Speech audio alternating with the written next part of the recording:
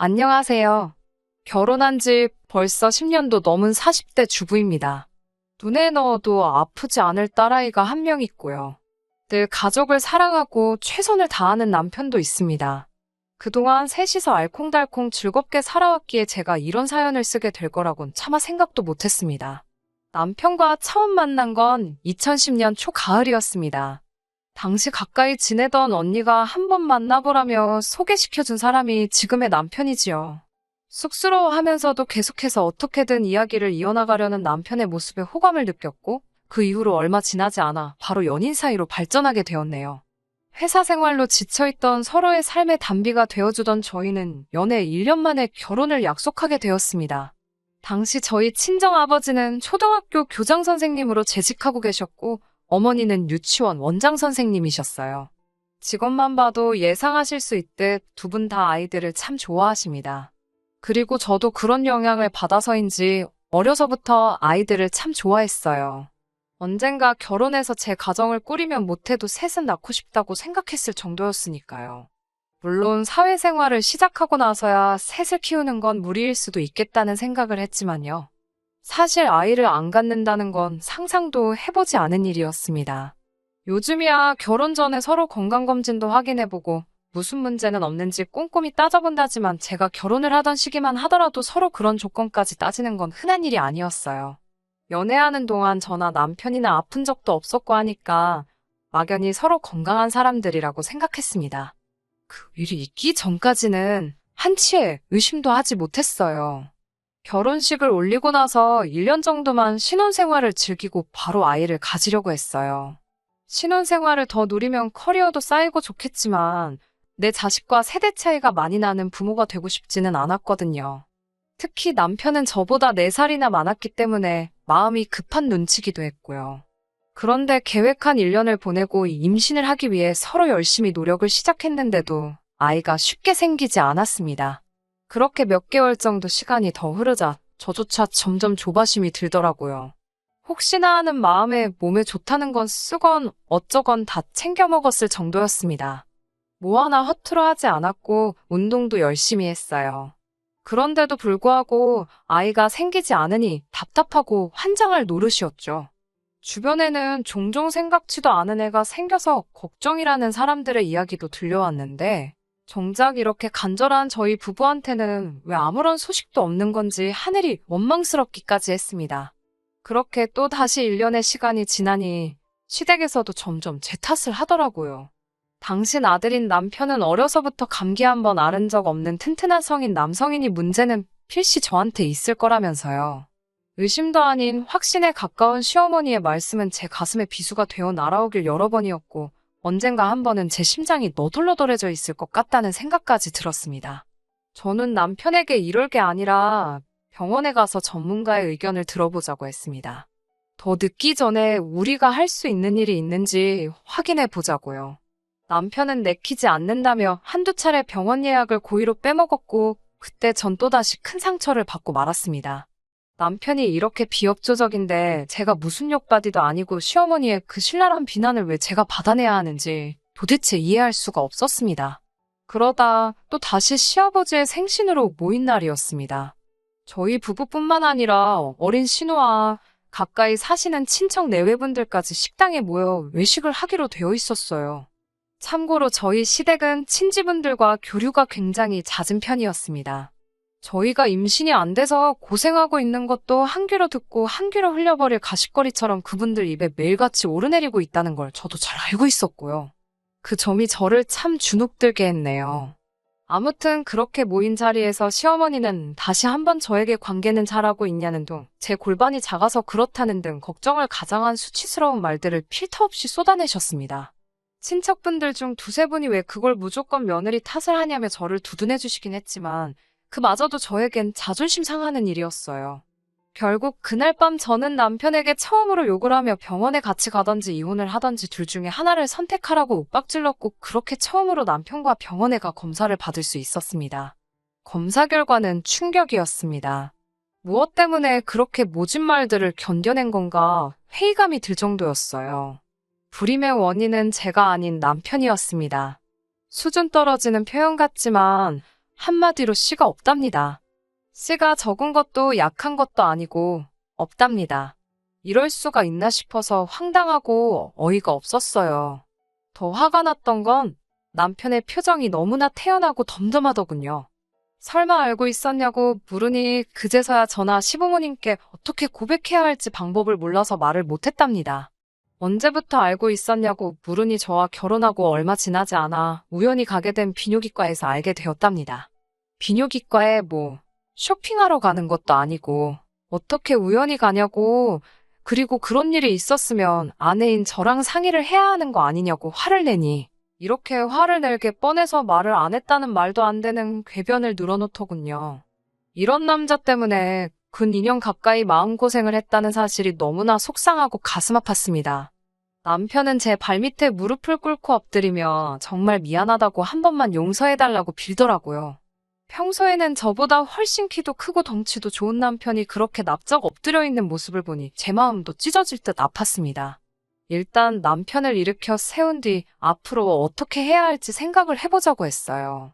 남편이 저를 속인 것도 사실이고 제가 너무나 큰 충격과 배신감을 느낀 것도 사실이었지만 이상하게도 이혼을 생각할 수는 없었습니다. 임신 문제만 아니면 사실 남편과 저는 서로 참 잘 맞는 사람들이었거든요. 대화도 잘 통하고 관심사도 비슷한 데다 현실적인 조건들도 비슷한 편이었으니까요. 아예 남편이 불임이란 사실을 결혼 초에 알았다면 이혼이 쉬웠을지도 모르겠다는 변명 같은 생각을 스스로 하면서 결국 남편을 받아주고 말았습니다. 지금도 이 결정에 후회는 없어요. 검사 결과를 시댁에 전달했을 때 시어머니는 거의 졸도를 하셨습니다. 돌팔이 병원이 분명하다며 그 의사 좀 만나봐야겠다고 난리를 치셔서 결국 저희 부부는 다른 병원에서 2번의 검사를 더 받아야만 했고요. 남편은 수치심에 몇 날 며칠 동안 밤잠을 이루지 못했습니다.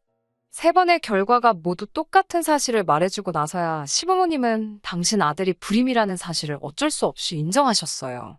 게다가 저는 기대는커녕 생각도 못했는데 남편이 먼저 나서서 시부모님께 저에게 그동안 했던 폭언을 사과해 주시라 부탁을 드렸더군요.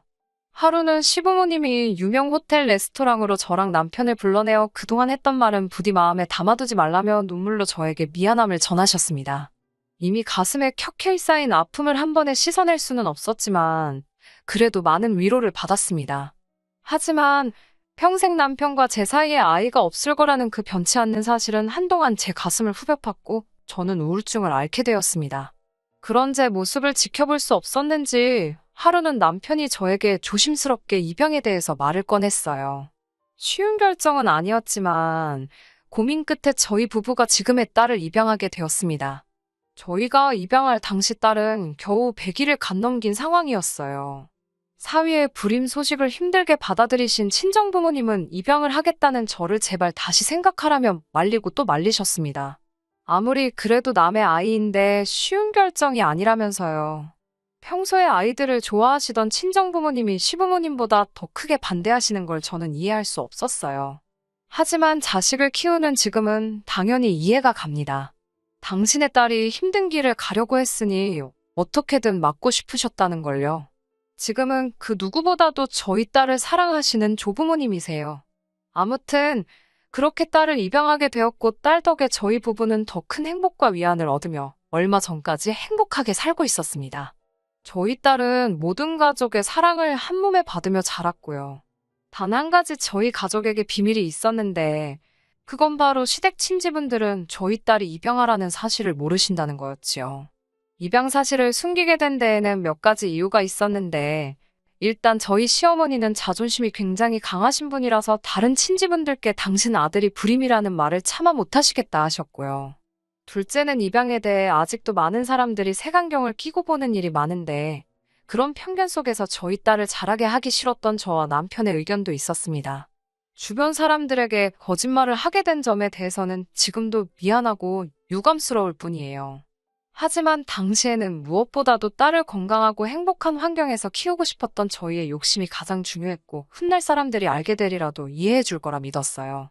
남편에게는 나이 차이가 제법 나는 신호가 있어요.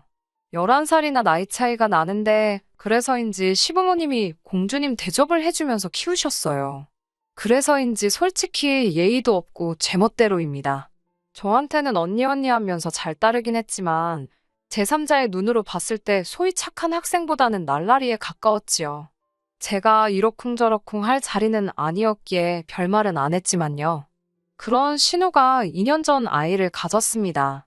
저와 남편은 누려보지 못한 기쁨이었기에 한껏 축하해주고 싶었지만 그럴 수가 없었습니다. 왜냐하면 아이 아빠가 누군지 아무도 몰랐거든요. 신우 본인조차도 누가 아이 아빠인지 모르겠다며 입을 딱 다물고 말을 안 하니 온 가족 속이 썩어 들어가는 상황이었습니다.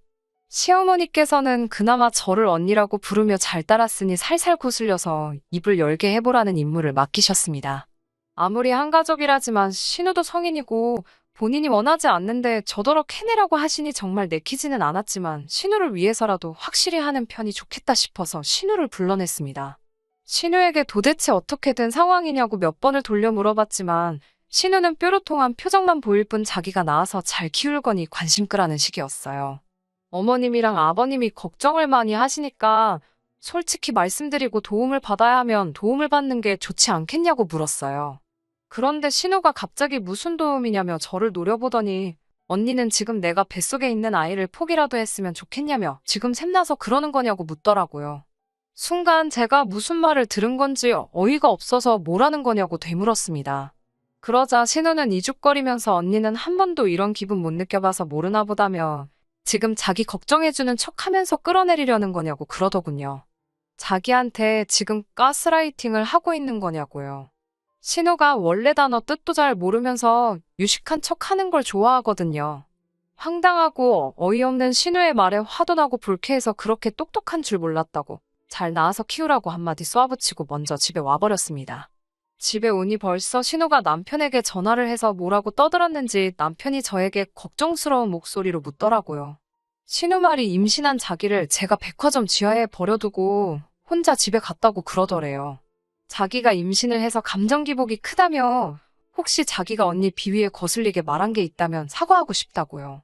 신우가 어려서부터 어머님 아버님을 이리저리 잘 조종하는 건 알았지만 그걸 저나 남편에게 써먹으려고 들 줄은 몰랐기에 기가 차더군요.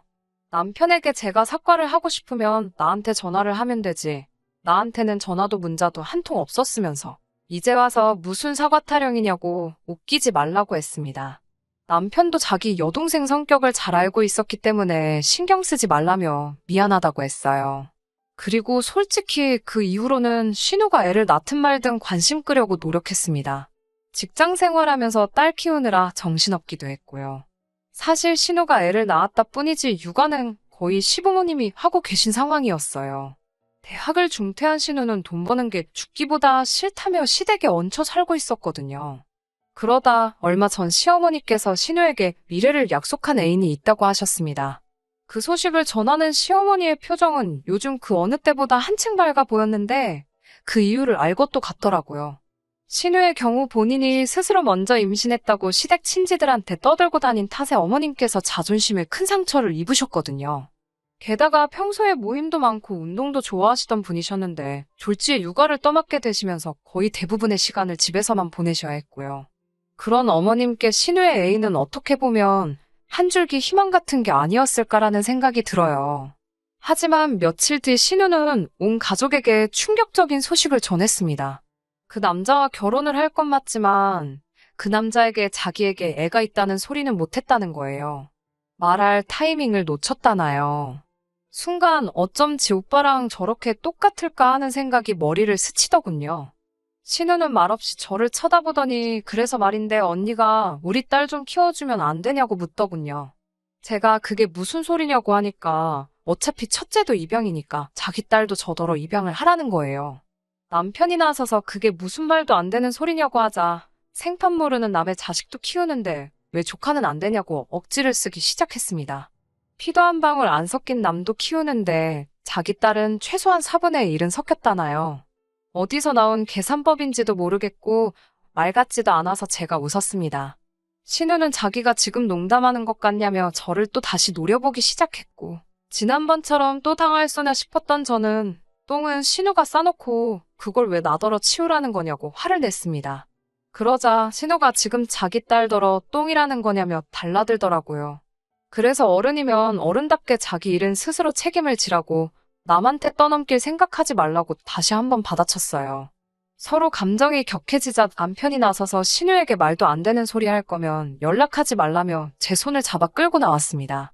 집에 돌아온 후로부터 며칠 동안 화를 삭힐 수가 없었어요. 비록 입양이어도 저에게는 눈에 넣어도 아프지 않을 제 목숨을 바쳐서라도 지킬 소중한 딸인데 괜히 신우에게 천덕꾸러기 취급을 받는 것 같아 가슴이 아팠습니다. 그러다 시부모님께서 연락을 해오셨어요. 지난번 일도 있고 그래서 이야기를 좀 나눴으면 좋겠다고요. 시댁에 가면 신우가 있어서 내키지 않았지만 신우 딸 때문에 시어머니께서 나오실 수 없다 하여 어쩔 수 없이 다시 시댁으로 향했습니다. 시어머니를 따라 안방에 들어갔는데 시어머니께서 저에게 너무 매정하게 생각하지 말라면 아이만 먹었지 철딱서니가 없다고 그냥 저더러 한번 참으라 하시더군요. 그러면서 시부모님 있는 데서 신우한테 그런 식으로 말한 건 제가 잘못한 거랍니다. 그 말을 들으니 마음속에서 반발심이 일었지만 꼭 참고 있었어요. 곧 딸을 데리러 유치원에 가야 되는 상황이라 무슨 일로 부르셨냐고 물었습니다. 시어머니는 곰곰이 생각해 보셨다면서 신우 말도 틀린 건 아닌 것 같답니다. 덧붙이시는 말은 더 가관이더라고요. 그렇다고 신우 혼삭기를 막을 수도 없는 노릇이고 당신 손녀를 남에게 맡길 수도 없는 거 아니냐고 하시더군요. 당신이 저를 그동안 지켜보니 생판남의 집 자식도 참으로 지극정성으로 키우더라면서 그런 정성반이라도 좋으니 신우 딸에게 쏟아달라고요. 제가 시어머니께 어떻게 그런 말씀을 하실 수 있냐고 따졌습니다. 그러자 불임인 남편도 품고 갈 만큼 그릇이 큰 사람 아니냐며 윗사람이 허물 있는 아랫사람 품어준다 생각하고 한 번만 신우한테 져달랍니다. 말만 번지를 하지 결국은 신우애를 저더러 키우라는 거였지요. 칭찬 같지도 않은 말 몇 마디로 저를 설득시키시려는 시어머니에게 너무 실망스럽고 분했습니다. 저는 죽어도 못한다고 딱 잘라 거절했습니다. 그러자 시어머니도 어찌 그렇게 매정하냐면서 신우는 저랑 한 가족이지만 제 딸은 남이나 마찬가지라고요. 제 입장에선 신우나 제 딸이나 피 한 방울 안 섞이긴 매한가지라고 받아치자 시어머니도 입을 딱 다무시고는 저한테 못 되쳐먹었다 하셨습니다. 시댁을 빠져나오기가 무섭게 남편에게 전화를 걸어 방금 있었던 일을 이야기하니 꼼짝 말고 거기 있으랍니다.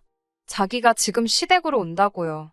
예전 같으면 시부모님과 남편이 부딪히는 건 막기 위해서 뭐라도 제가 둘러댔겠지만 그러기도 싫더라고요. 될 대로 되라는 심정으로 시댁 앞 카페에 들어갔습니다. 딸 유치원에 연락을 해놓고 남편만 기다리고 있었어요. 1시간이 채 안 돼서 남편이 도착했는데 얼굴이 울그락불그락 화가 난 게 한눈에 보였습니다. 시댁 현관을 열고 집 안으로 들어서니 시어머니와 신우가 깜짝 놀란 얼굴로 저희를 쳐다보더군요. 시어머니가 무슨 말을 꺼내기도 전에 남편이 나서서 진짜 둘 다 제정신이냐고 소리를 질렀습니다.